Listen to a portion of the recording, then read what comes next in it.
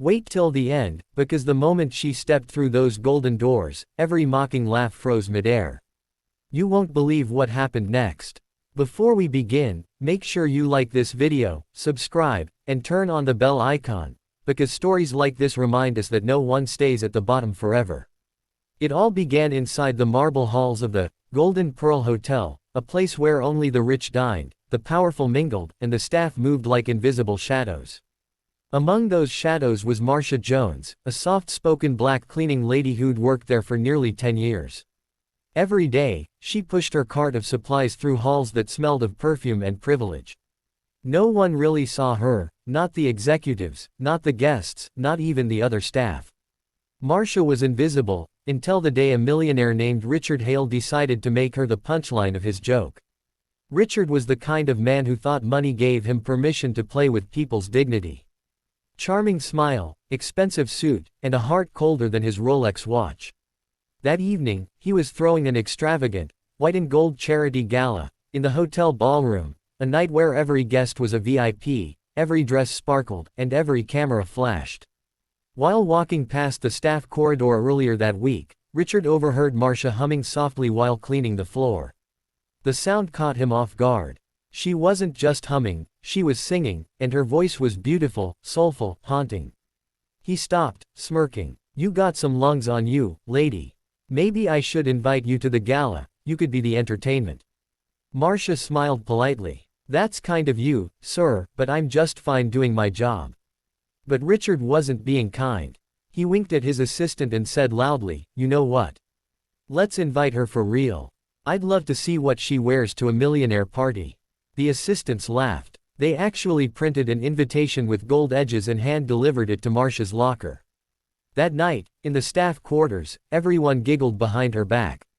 "You're really gonna go?" one asked. Marcia just smiled. "Why not? They invited me." What no one knew was that behind her gentle nature, Marcia had a history far grander than anyone imagined. Before tragedy struck, before she lost her home and her husband, Marcia had been a rising fashion designer, the kind whose work once appeared in small runways in Atlanta. But when her husband died in a car accident and medical bills swallowed everything, she took whatever job she could to survive. For the next few days, whispers spread around the hotel like wildfire. "She's really going to the gala. Can you believe it? She'll embarrass herself." The night of the gala arrived. The chandeliers shimmered, the band played soft jazz, and the millionaires mingled with glasses of champagne. Richard stood in his tailored tuxedo, laughing with his friends. "Any minute now," he said smugly. "Our VIP guest should be here. Let's see if she shows up wearing a mop and bucket." Then, the ballroom doors opened. Every conversation stopped. Every camera turned. Every jaw dropped. It was Marcia. But not the Marcia they knew.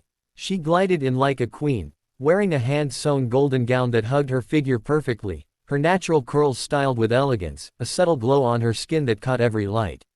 Her gown shimmered like molten sunlight, and the diamond pendant she wore wasn't borrowed, it was her late husband's last gift to her. The orchestra paused for a moment, and even the maitre d' forgot his cue. Marcia smiled, calm, graceful, radiant. She didn't look like a cleaner anymore. She looked like destiny had given her back her crown. Richard's smirk faded. He tried to laugh it off. Well, look who actually showed up." Marcia tilted her head slightly, her voice soft but firm. "You invited me, Mr. Hale. I didn't want to be rude."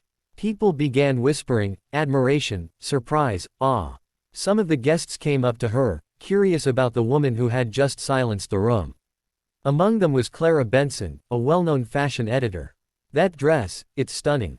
Who designed it?" she asked. Marcia smiled. "I did." Clara blinked. "You're a designer." "I was," Marcia said, before life had other plans.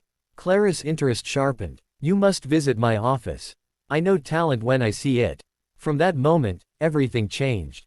Richard stood in the corner, feeling his pride crumble. His so-called joke had just opened a door to Marcia's rebirth. People began to crowd around her, not as a cleaner, but as an artist, a woman of elegance, a survivor. As the night went on, she was asked to sing, and she did. Her voice filled the ballroom with such power that even those who once laughed now had tears in their eyes. The song she sang wasn't about money or fame. It was about loss, faith, and rising again, about never letting humiliation define you. By the end of her song, the entire hall stood in applause.